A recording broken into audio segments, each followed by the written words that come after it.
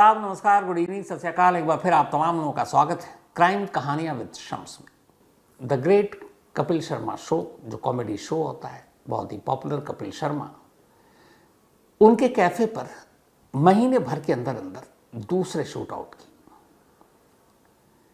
अब पिछले महीने, ये बात है 4 जुलाई की, 4 जुलाई 2025, कपिल शर्मा ने सरे में अपना एक कैफ़े खोला था जिसका नाम रखा था कैप्स कैफ़े। कैप्स उनके नाम का, कपिल का शॉर्टर वर्जन है। तो उन्होंने सरे में अपना ये कैफ़े खोला 4 जुलाई को। 85 एवेन्यू रोड, एस्कॉट ये एरिया का नाम है। तो वहीं पर ये सरे में, कनाडा का ये सिटी है, वहाँ पे ये कैफ़े और अच्छा खासा खूबसूरत कैफ़े है। 4 जुलाई को उसकी ओपनिंग सेरेमनी हुई। खुद से कपिल शर्मा, उनकी वाइफ, बाकी तमाम गेस्ट मौजूद थे। 6 दिन बीते थे। 4 जुलाई के बाद 6 दिन बीते और 10 जुलाई 2025 की तारीख आई और अचानक 10 जुलाई को इसी कैप्स कैफ़े की दीवार के बाहर एक कार रुकती है और उस कार में बैठा एक शख्स अचानक कैफ़े की दीवार को अपना निशाना बनाता है और अंधाधुंध गोलियां चलानी शुरू कर देता है। शूटर गोली चला रहा था और कार में बैठा एक दूसरा शख्स इस शूट आउट को कैमरे पर रिकॉर्ड कर रहा था। ये जो आप वीडियो, जो तस्वीर देख रहे हैं, ये उसी वक्त की है। 10 जुलाई 2025 जब कैप्स कैफ़े के खुले हुए सिर्फ 6 दिन हुए थे, 6 दिन के अंदर इसकी दरो दीवार पर इस तरह से गोलियां बरसाई गई। गोलियां चलाने के बाद शूटर, कार सब वहाँ से निकल गए। बाद में पुलिस पहुँचती है, इन्वेस्टिगेशन होता है और फिर सोशल मीडिया के ज़रिए धमकी मिलती है कपिल शर्मा को। सरे पुलिस कहती है हम जांच कर रहे हैं। धीरे धीरे वक्त बीतता है, लगता है कि चलो अब सब कुछ ठंडा हो गया। लेकिन अभी ठीक 28 दिन बीते थे। 10 जुलाई के बाद 8 अगस्त, सरे में सुबह सुबह का वक्त था, करीब 4 साढ़े 4 बजे का वक्त। अचानक इसी कैप्स कैफ़े के बाहर फिर एक कार आकर रुकती है। कार आकर रुकती है, फिर कार के अंदर से अचानक कैफ़े की दीवार पर गोलियां बरसानी शुरू कर दी जाती हैं। इस बार भी शूट आउट को कोई शूट कर रहा था कैमरे पर, लेकिन ढंग से नहीं कर पाया, मोबाइल के ज़रिए ही। लेकिन इस शूट आउट की तस्वीरों को भी रिकॉर्ड किया गया, क्योंकि आजकल नया ट्रेंड है, जो भी क्रिमिनल या गैंगस्टर ये सब करता है, वो उसको कैमरे में रिकॉर्ड करता है, सोशल मीडिया के ज़रिए फिर उसका प्रोपेगेंडा करता है। तो खैर 28 दिन के अंदर इस दूसरे शूट आउट में कुल 6 गोलियां कपिल शर्मा के इस कैप्स कैफ़े की दीवारों पर बरसाई गई। पहले शूट आउट में भी किसी को गोली नहीं लगी, ना किसी को कोई ज़ख्मी हुआ। इस सेकेंड शूट आउट में भी निशाना सिर्फ दीवार था, जो पहले शूट आउट में, यानी शूटर्स को सिर्फ दीवार पर ही गोली चलानी थी। उनका मकसद किसी को मारना या ज़ख्मी करना नहीं था, उनका मकसद कुछ और था। अब इस शूट आउट के कुछ देर बाद ही सरे पुलिस फिर से मौके पर। 28 दिन पहले जो कुछ हुआ उसमें अब तक कोई हाथ ही नहीं आया था। अब 28 दिन बाद उसी जगह कपिल शर्मा के उसी कैफ़े को एक बार फिर निशाना बनाया गया। ये दहशत फैलाना पहला मकसद था। उसके बाद कुछ वक्त बीतता है। अब धीरे धीरे हमारे यहाँ थोड़ा सुबह दिन में तब्दील हो रहा है और उसी वक्त सोशल मीडिया पर एक पोस्ट आता है। और ये जो पोस्ट है, ये पोस्ट इस शूट आउट के कुछ देर के बाद आया। सोशल मीडिया पर इस पोस्ट को डालने वाले ने ये लिखा, जो आप देख रहे हैं, ये रियल पोस्ट है, मैं पढ़कर सुना रहा हूँ। जय श्री राम, सत श्री अकाल, राम राम सारे भाइयों को। आज जो ये कपिल शर्मा के कैप्स कैफ़े सरे में फायरिंग हुई, इसकी जिम्मेदारी मैं गोल्डी ढिल्लो, लॉरेंस बिश्नोई गैंग लेते हैं। इसको हमने कॉल की थी, इसको रिंग नहीं सुनाई दी, तो कार्रवाई करनी पड़ी। अब भी रिंग नहीं सुनेंगे तो नेक्स्ट कार्रवाई जल्द ही मुंबई में करेंगे। RIP अंकित भादु शेरेवाला, जितेंद्र गोगी मान ग्रुप, काला राणा, आरजू बिश्नोई, शुभम लोनकर, हैरी बॉक्सर, साहिल दुहात पेटवाद। और ये सोशल मीडिया पर डालने वाले का नाम गोल्डी ढिल्लो। अब ये पोस्ट आता है कुछ ही देर के बाद, तो अब ये पता चल जाता है कि इस पोस्ट के ज़रिए भाई लॉरेंस बिश्नोई गैंग ने किया। अब ये जो पोस्ट भेजा गोल्डी ढिल्लो ने, अगर उसके सोशल मीडिया के अकाउंट को देखेंगे तो उसमें जो DP लगा हुआ उसमें लॉरेंस बिश्नोई की तस्वीर है। अब पता नहीं फेक है सही है, गोल्डी ढिल्लो ने लॉरेंस बिश्नोई के कहने पर ही शूट आउट किया, गोली चलाई, ये तो जांच में पता चलेगा। लेकिन खैर, तो ये पोस्ट आता है। इस पोस्ट के करीब घंटा 1.5 घंटे के बाद सोशल मीडिया पर एक और चीज़ आती है और वो एक ऑडियो मैसेज। पोस्ट डाला था गोल्डी ढिल्लों ने, लेकिन ऑडियो मैसेज में जिसका नाम था उसका नाम है हरी बॉक्सर। इस पोस्ट में भी उसका नीचे नाम लिखा गया हरी बॉक्सर का, लेकिन उस ऑडियो में वो खुद अपना नाम लेता है हरी बॉक्सर। अब पहले इस ऑडियो को सुनिए। तो आपने ये ऑडियो सुना, हरी बॉक्सर ये अपना नाम बता रहा है, हालांकि इसका जो असली नाम है वो हरिचंद है। ये राजस्थान के अलवर का रहने वाला है और कहते हैं 2004 में ही राजस्थान पुलिस को इसकी जब तलाश थी तो ये इलीगल तरीके से इंडिया छोड़कर विदेश चला गया और इस वक्त इसके बारे में खबर ये है कि ये अमेरिका में छुपा हुआ है। इत्तेफाक से अमेरिका में लॉरेंस बिश्नोई का छोटा भाई अनमोल बिश्नोई भी है, जिसको बीच में एक बार वहाँ की अथॉरिटी के जरिए पकड़े जाने की भी खबर आई थी। कहते हैं हरी बॉक्सर अनमोल बिश्नोई के कांटेक्ट में आया और उसका बहुत करीबी बन गया और अब उसके बाद उसने लॉरेंस गैंग ज्वाइन कर लिया। अब आपने जो हरी बॉक्सर का ऑडियो सुना उसमें एक चीज़ बड़ा क्लियर और साफ है। 2 बार, पहली बार 10 जुलाई, दूसरी बार 8 अगस्त कनाडा में कैप्स कैफ़े यानी कपिल शर्मा के कैफ़े पर यह गोली चली। तो वजह क्या थी? कुछ वजह डायरेक्ट बता रहा है। उसका कहना है कि कपिल शर्मा सलमान खान के करीब है, नज़दीकी है, और जो सलमान के नज़दीक रहेगा, करीबी होगा, उसका यही हश्र होगा। यहाँ तक कि इस ऑडियो में उसने ये भी धमकी दी है कि अगर सलमान खान के साथ कोई काम करेगा, चाहे वो जूनियर आर्टिस्ट ही क्यों ना हो, जूनियर डायरेक्टर भी क्यों ना हो, उन सब का भी हश्र यही करेंगे। ये ओपनली धमकी दे रहा है। तो कपिल शर्मा के इस कैफ़े पर 2 बार इस गोलीबारी के पीछे की जो वजह ये हरी बॉक्सर बता रहा है वो सलमान खान है। अब क्या वाकई यही सच है? क्योंकि लॉरेंस बिश्नोई लगातार अहमदाबाद की साबरमती जेल में बंद है। क्या बाहर अब भी वो कांटेक्ट कर रहा है अपने गुर्गों से? क्या वही आदेश दे रहा, ऑर्डर पास कर रहा है? क्या करना है? मुमकिन है, क्योंकि हमारी जेलों की हालत आपको पता है, मोबाइल से लेके सब कुछ अवेलेबल है। लेकिन कपिल शर्मा को सिर्फ सलमान खान की नज़दीकी की वजह से निशाना बनाना, ये बात 100% सही है, ये गले उतर सकती है, या वजह कुछ और है? तो जो हमारी जांच एजेंसियां हैं उनका कहना है कि एक वजह हो सकती है सलमान खान से करीबी, लेकिन सिर्फ यही वजह हो ये भी पूरी तरह से सच नहीं है। उन्होंने 2-3 वजह और बताई। एक वजह उन्होंने बताया कि कुछ वक्त पहले कपिल शर्मा के शो में उनके गेस्ट ने सिख धर्म को लेकर कुछ कमेंट्स किया था, जिससे लॉरेंस बिश्नोई गैंग के कुछ लोगों ने माफ़ी मांगने के लिए कहा था, लेकिन उस पर कुछ हुआ नहीं, तो उससे नाराज़। दूसरी एक वजह यह है कि कपिल शर्मा भी पंजाब से आते हैं, अभी एक स्टार हैं, कॉमेडी इंडिया में उनसे बड़ा कोई कॉमेडियन नहीं है और उनका शो अच्छा खासा चलता है।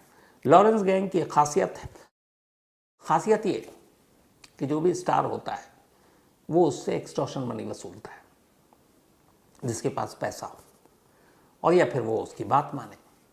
तो दूसरी वजह यह भी है कि शायद लॉरेंस गैंग ने कपिल शर्मा से कुछ एक्सटॉर्शन मनी मांगी जो उन्होंने इनकार कर दिया, जिसकी वजह से भी ये दुश्मनी हो सकती है। और सलमान खान से तो नज़दीकी है ही। मुंबई पुलिस फिलहाल इस 2 बार जो कनाडा में गोली चली है इसको हल्के में नहीं ले रही, क्योंकि इस ऑडियो धमकी में ये भी है कि अब बाकी का जो मुंबई में भी इसका असर देखेंगे। अब मुंबई में ही कपिल शर्मा रहते हैं, कैफ़े पर उनकी गोलियां चल चुकी हैं। कपिल शर्मा के घर पर पुलिस की सुरक्षा बढ़ा दी गई है, मुंबई पुलिस की टीम जाकर मिली है वहाँ। और सबसे बड़ी बात यह है कि अगर सलमान की नज़दीकी ही वजह है वाकई, तो फिर मुंबई पुलिस के सामने बाबा सिद्दीकी मर्डर केस भी है।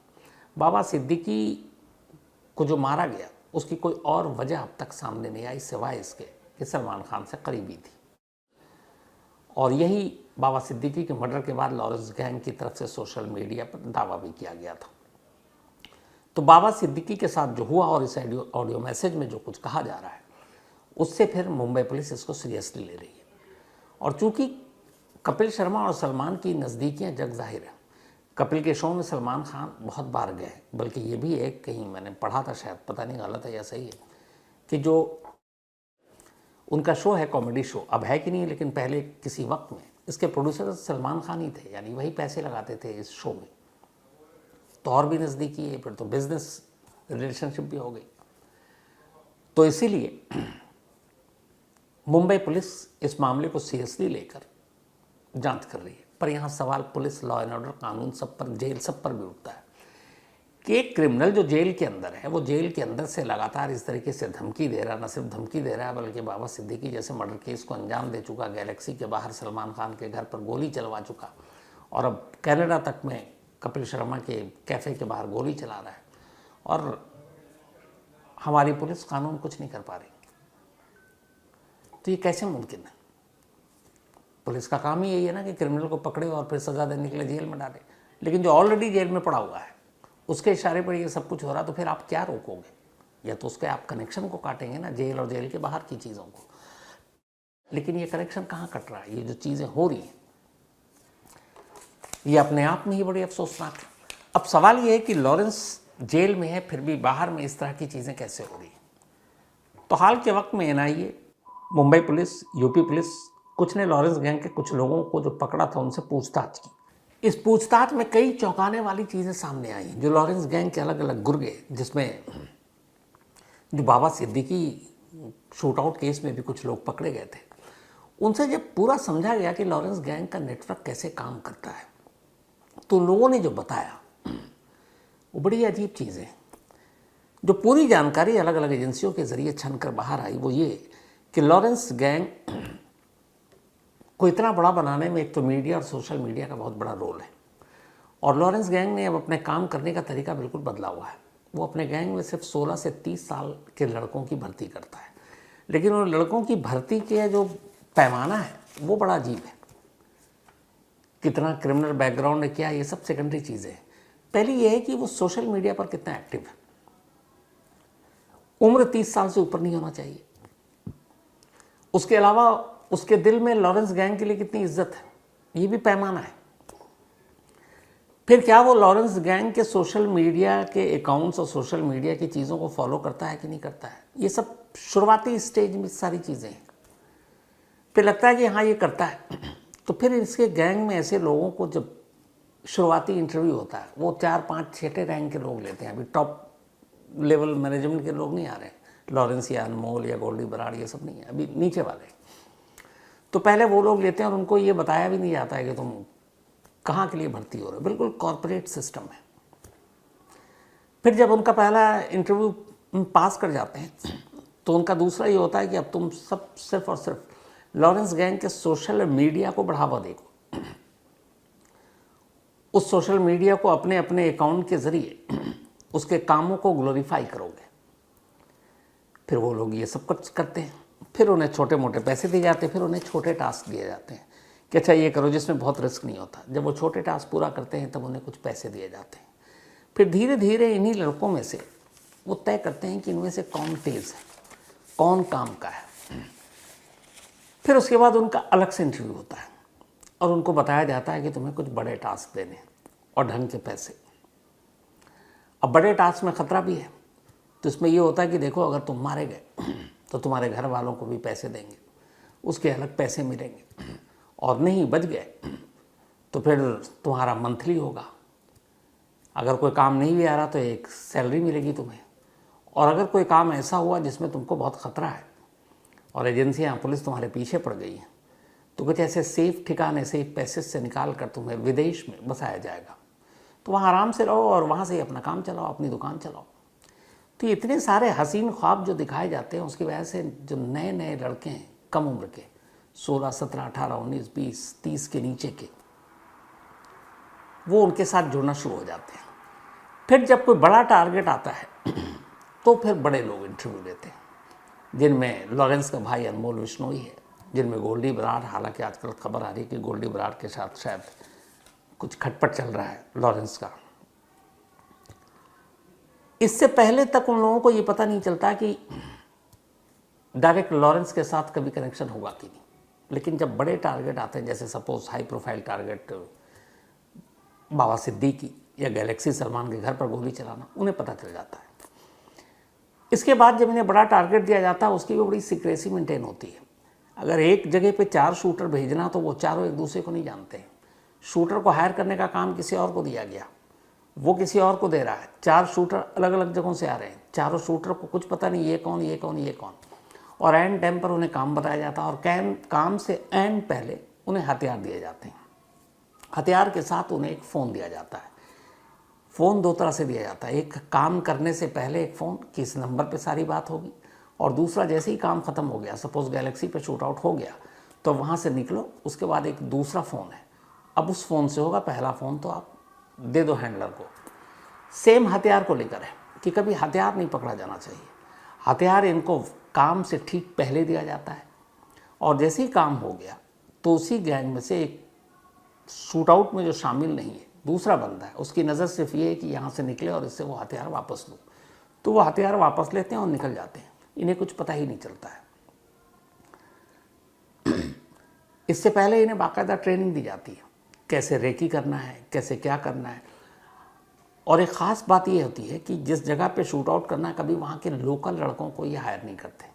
अगर मुंबई में शूट आउट करना है तो फिर वो मुंबई के बाहर के शहर से लाते हैं, अगर पंजाब में करना है तो फिर राजस्थान कहीं और से लेकर चले आते हैं। लेकिन उन्हें पता है ये शहर में अजनबी है, नया है, तो उसे बाकायदा रेकी के लिए उसे वहाँ पे वक्त दिया जाता है, टाइम दिया जाता है, और सारी चीज़ें पहले बताई जाती हैं। 80 के दशक में कहते हैं, जब हाजी मस्तान और वरदराजन और इन सब के बाद, बल्कि जब दाऊद इब्राहिम का दौर शुरू हुआ था मुंबई अंडरवर्ल्ड में, तब दाऊद इब्राहिम ने ये कल्चर शुरू किया था, एक गैंग के अंदर कॉरपोरेट कल्चर, कि वहाँ कैसे इंटरव्यू लेना है, कैसे भर्ती करनी है, उनका क्या काम होना, उनको मंथली सैलरी देनी है। दाऊद के जितने गुर्गे थे उनकी मंथली सैलरी होती थी, क्योंकि काम हर दिन नहीं मिलना है, लेकिन वो भाग ना जाएं तो उन्हें पता है कि काम मिले ना मिले तनख्वाह मिलेगी। सेम लॉरेंस गैंग ने यही फार्मूला अपना लिया डी कंपनी का। शायद इसकी वजह यह है कि वो डी कंपनी को रिप्लेस भी करना चाहता है मुंबई में। तो ये सारी चीज़ें उसी डी कंपनी के मेथड पर लॉरेंस गैंग ने अपनाई हुई है, और यही वजह है कि न सिर्फ देश में बल्कि बाहर इसके इतने सारे लोग हैं जो इशारे पर काम करते हैं।